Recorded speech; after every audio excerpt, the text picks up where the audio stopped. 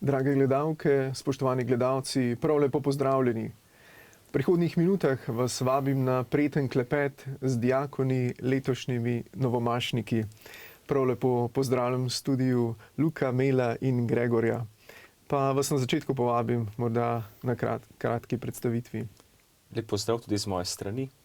Sem Luka Jesenko, dijakon koprske škofije, doma iz župnije Godovič, iz okolice Idrije, kjer sem tudi odraščal, iz povprečne krščanske družine. Pot me je pa potem kmalu že v srednjo šolo zanesla v Ljubljano na škofijsko gimnazijo, od kjer sem tudi potem nadaljeval pot v semenišče. Tako za začetek morda toliko. Ja, moje ime je Mel, pišem se Kovic, doma sem iz župnije Miren pri Gorici, škofije Koper, tako kot Luka, bova skupaj posvečena. Po biotehniški srednji šoli v Šempetru pri Gorici sem se vpisal na teološko fakulteto in bogoslovno semenišče v Ljubljani in zdaj po 7 letih nekako uspešno prišel do konca, torej do tega, kar me Gospod kliče, torej do duhovništva. Jaz sem pa Gregor Markelc, prihajam iz župnije Šentrupert na Dolenjskem. Sem salezijanec iz družbe Dom Boskovih salezijancev in trenutno živim v Želimljah, kjer delujem tudi v gimnaziji in dijaškem domu. Naj dodam še sam, da sem Matjaž in sicer odraščal v župniji Ljubljana Polje, potem pa se kasneje z družino smo se preselili v Dol pri Ljubljani, ker je pa moja pot do semenišča bila malo daljša, sem vmes še študiral na filozofski fakulteti, opravljal različna dela in pa tudi velik čas, nekako bi rekel, aktiven v skupnosti Emanuel. Sedaj pa kot dijakon službujem v župniji Domžale v bližini Ljubljane.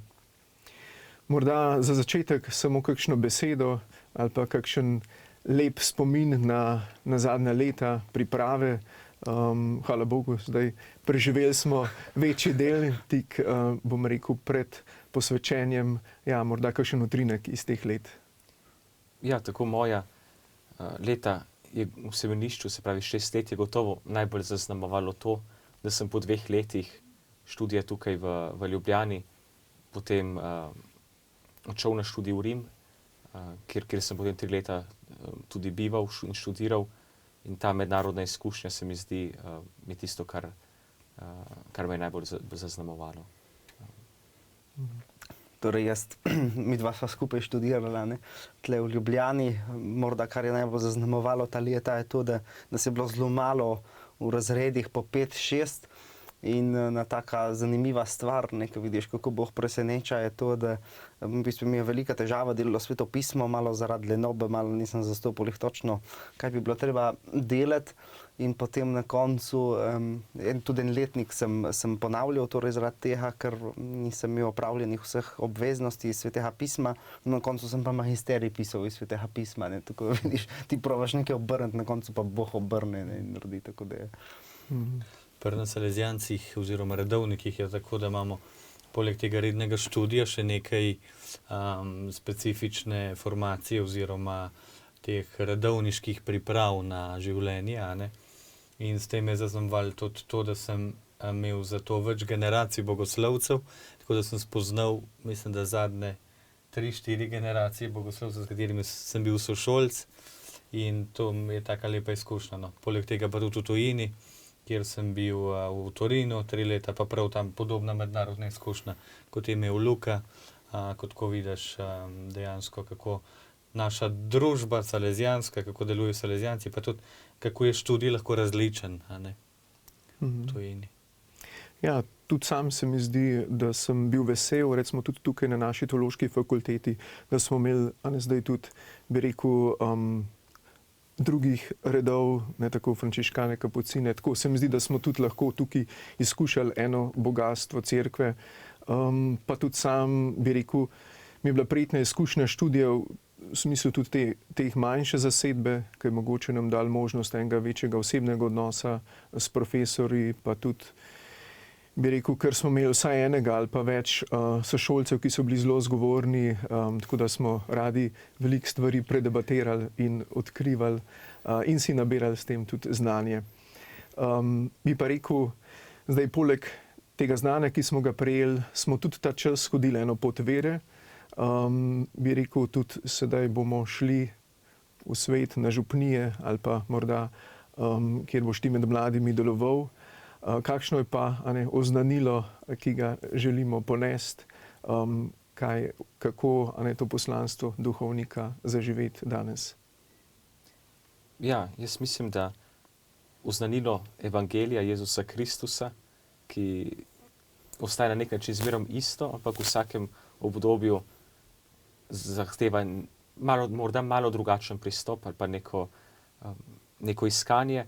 In jaz vidim predvsem v tem, da z veseljem, navdušenjem, hkrati pa res z iskrenostjo in pristnostjo pristopati do vseh ljudi tam, kjer so, do mladih, starejših, v njihovi situaciji. Razumeti tudi izzive današnjega časa, da ljudem ni enostavno, posebej danes v naši družbi, ki je zelo sekularizirana, kjer je cerkev že dostikrat odrinjena na obrobje, ampak prav tukaj pristopati do posameznih ljudi in priti naproti.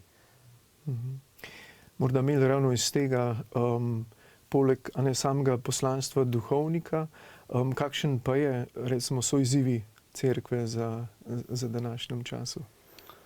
Torej, jaz trenutno delujem v župniji Biljana v Goriških Brdih in se tam precej z mladimi ukvarjam, na moje veliko presenečenje, ker sem bil vedno nekako malo prepričan, nimam njih talenta delati z mladimi in ko priješ v stik z ljudmi, ker smo bili toliko let malo umaknjeni od vsega, potem vidiš, da pač prvo je tu, da si ti trdno prepričan to, kar razlagaš in oznanjaš. Mislim, če ti, Slomšek to pravi, če sam ne horiš, tudi drugih ne moreš vneti potem, ne. In drugo pa je dati malo poguma tem, ki so, ne. Torej ne obupavati, ne nekega pesimizma tam širiti, ne, in gledati številk. Pač tisti, ki so verni, ki prihajajo v maše, pa mladi, ki prihajajo v mladinski skupini, si res želijo nekaj dobiti in naša dolžnost je službena, pa tudi čisto krščanska, da jim tudi damo, da jim ponudimo najboljše, kar imamo, najboljše imamo, to je Jezus Kristus, in da jih opogumimo na tej poti, ne. Pač tudi tako, da jih malo spodbudiš temu, da se znajo postaviti zase. Meni včasih gre malo na živce ta pasivnost, ki jo imamo kristjani ali pa tudi cerkev do tega časa in tega sveta, ne, kar malo sklonimo glavo in si mislim, da zdaj pa uredi. Ne, ni. Pač postavimo se zase. Mi tu zagovarjamo, tu so naše vrednote, tu je naša vera in smo zato končno pripravljeni tudi umreti. In zato so generacije mučencev pred nami umrle. In se tudi zdi ta evangeljska radikalnost, ki ne pomeni neka skrajnost mogoče ali pa neko ne vem kakšno izpostavljanje, ampak res to, da se znamo tudi poglobiti. Meni je zanimivo pri mladih, koliko se danes mladi zanimajo za evangelij, za vero, kako dejansko eni iščejo to, da bi nekaj poglobili, da bi se osebno srečali, da bi imeli en odnos z Bogom intenziven, konkreten, in tudi eno skupnost tako iščejo. Se mi zdi, da pri nas v cerkvi je včasih kar izziv, da mladi dobijo eno tako priložnost, da se lahko pokažejo. Tudi, če pogledamo, a je cerkev mlada danes, kdo so v cerkvi bolj stari, ampak ne moramo reči, da je mlada. Tako da papež pravi, mladi niso prihodnost, ampak so sedanjost cerkve. Zaradi njih je cerkev danes mlada. In mislim, da je veliko priložnosti, ki jih lahko še razvijamo danes. Ja, in ravno sprejeti to stanje, v katerem smo, znotraj tega delovati na polno, z enim ognjem, hkrati pa tudi eno odgovornostjo za vse. Pa nobenega ne pozabiti, ne. Torej, lahko govorimo tle o mladih, imamo še celo skupino starejših ljudi, bolnih ljudi, ne. Tudi k tem smo poklicani oznanjati, ne. Tudi teh ne smeš zanemariti potem, ker včasih se mi zdi, da se vrtimo samo okrog tega, kaj bo za mlade narediti. Vsi naredimo ogromno za mlade, jaz ne vem, če je še kakšna institucija, ki ima toliko programov za mlade, ko jih imamo mi, ne. Ampak tudi tistih, ki so na obrobju, ki sami ne zmorejo, tudi tistih ne smemo pozabljati. Ne. In ravno zaradi te negotovosti, časa se mi zdi tudi ljudje, tudi mlade, iščejo ravno odgovore. In tudi mislim, da eno resnost in da lahko tudi te odgovore cerkev da. Tako, morda bi ob tem sklenili današnji pogovor. Se zahvaljujem, da ste bili v naši družbi. se na poseben način izročamo še v vaše molitve v času priprave in pa potem tudi služenja. Hvala in lep pozdrav. Lepo zdrav. Nasvidenje. Nasvidenje.